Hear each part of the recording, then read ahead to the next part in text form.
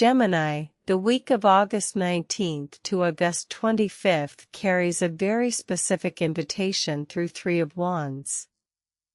This is less about chasing a dramatic sign and more about recognizing a pattern that has become ready for conscious choice. Your thesis is straightforward.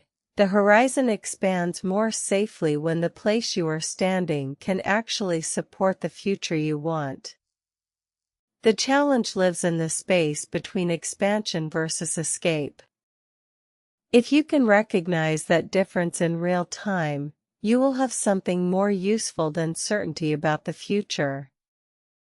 You will have a way to decide what belongs to you, what deserves your energy, and what kind of response will leave you respecting yourself after the moment has passed. The verified cosmic weather gives that card a precise context. On August 22nd, the Sun enters Virgo in your 4th house, bringing attention toward home, family, roots, privacy, and emotional foundations. Then on August 25th, Mercury enters Virgo in that same 4th house, adding language, analysis, decisions, and practical thought to the same territory. Those are the only transits we need for this reading. Their usefulness is not that they guarantee an event, it is that they identify a part of life where greater attention may be timely. Virgo asks for detail, usefulness, and discernment. Your card tells you what kind of inner posture to bring to those details. Together, they encourage you to notice what is actually working, what is merely familiar, and what small correction could make a larger difference than another dramatic promise. Your card for the week is Three of Wands. At its best, this card is not a slogan, it is a decision-making instrument. It asks you to slow down enough to see motive, method, and consequence at the same time. The shadow to watch is leaping mentally ahead while ignoring private logistics and emotional needs. That does not mean you should become suspicious of every impulse. It means you should become interested in the reason beneath the impulse. When you feel urgency, ask what the urgency is trying to protect. When you feel resistance, ask whether the resistance is wisdom, fear, fatigue, or habit. Three of Wands becomes useful when it moves you from automatic reaction toward a choice you can actually explain to yourself. The deeper meaning of Three of Wands for Gemini is not about performing the obvious keyword of the card. It is about applying its wisdom where your usual strengths can become overextended. This week, expansion versus escape may show up in subtle ways, in how long you wait before answering, how quickly you volunteer, what you assume another person means, or what you keep doing because it once worked. The key is to recognize that your first instinct can be intelligent and still incomplete. Give yourself one additional beat before important choices. Ask what the choice is protecting, what it is building, and what cost it creates if repeated for 6 months. That longer horizon turns tarot from a mood into a practical lens. Let's move through the areas of life, because the card becomes clearer when it touches something concrete. Love. In love and close connection, talk about the future in practical terms. A relationship needs a home in real life, not only inspiring possibility. If single, ask whether a connection fits the life you are actually building. The deeper task is to watch whether you are asking another person to manage an insecurity that really needs a clearer conversation with yourself. Relationships become more honest when expectations are spoken before resentment has to translate them. If you are partnered, focus on the quality of the agreement rather than winning a moment. If you are single, focus on behavior that is repeatable rather than chemistry that is only intense. The card does not ask you to close your heart. It asks you to keep your standards connected to reality. Work. In work and purpose, long-range growth is more realistic when your home base, workspace, schedule, and private obligations are not constantly creating emergencies behind the scenes. This is a week to value processes that can be repeated. One heroic effort can rescue a deadline, but it rarely creates a sustainable professional life. Ask what the work needs in order to be cleaner, more legible, or more aligned with your actual role. If you are considering a change, look at the structure around the change as carefully as the possibility itself. Competence is not only what you can do under pressure, it is what you can build so that pressure is not always required. Money. With money and resources, translate a future goal into actual numbers. Build the reserve, home adjustment, or transition plan that lets expansion become strategy instead of fantasy. Try to move one financial choice out of the emotional fog and into a written decision. Numbers can trigger fear, hope, pride, or avoidance, but the number itself is still information. Give yourself enough compassion to look clearly and enough discipline to act on what you see. The goal is not to become rigid. It is to reduce the number of financial decisions that have to be reinvented every time your mood changes. Health and energy. For health and energy, treat environment as part of well-being.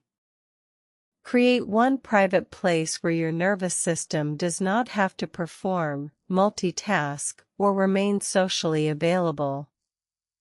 Your body does not need to become another arena where you prove discipline or goodness.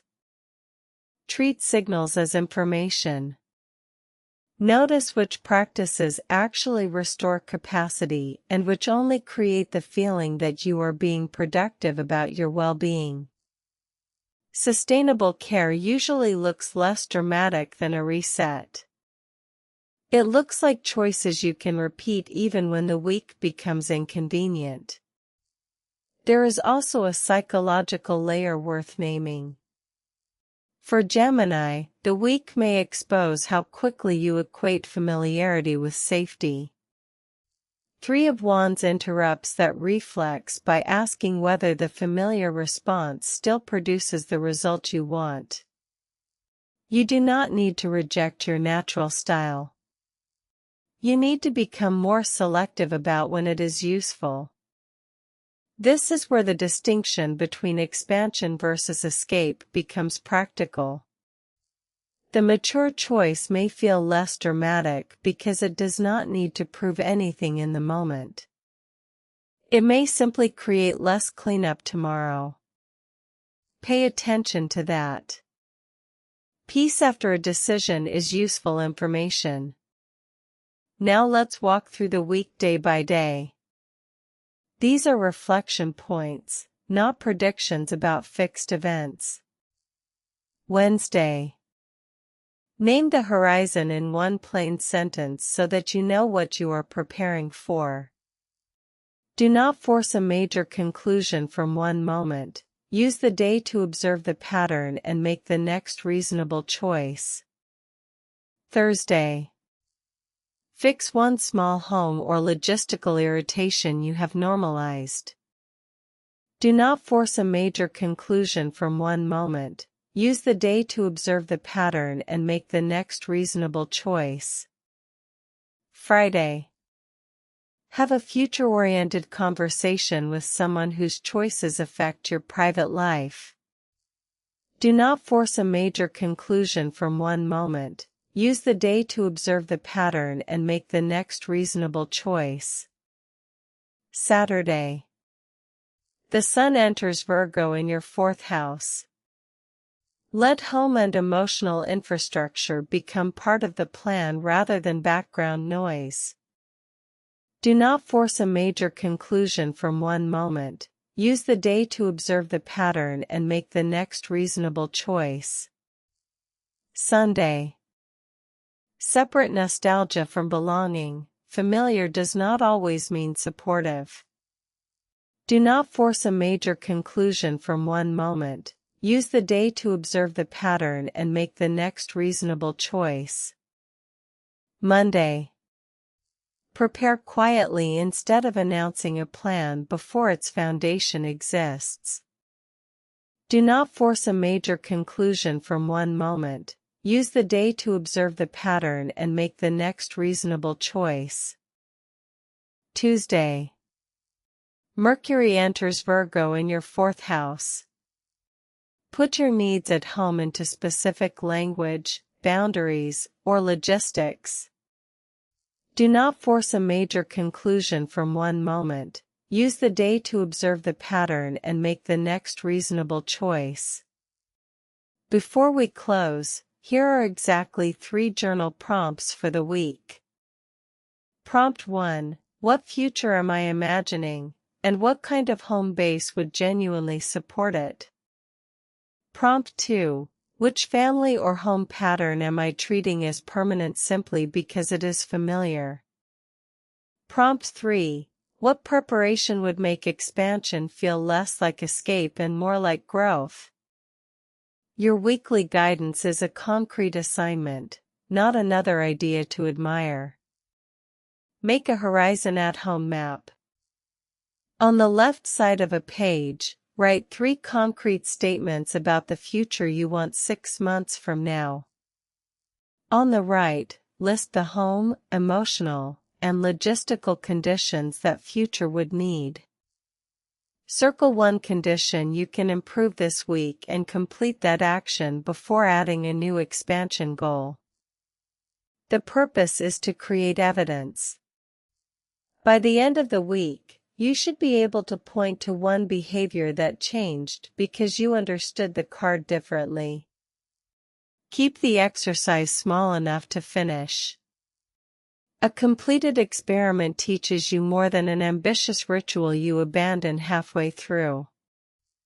As you close this reading, remember the central thesis. The horizon expands more safely when the place you are standing can actually support the future you want. You are not required to know the entire outcome. You are being asked to choose the quality of your participation. Let 3 of Wands become a reminder that symbolic guidance is most useful when it returns you to agency, honesty, and practical action. Your affirmation for the week is, I build a foundation strong enough to support the distance I am ready to travel. Carry that with you through August 25th. Subscribe so your next weekly reading is waiting for you. Trust the timing. The stars have spoken.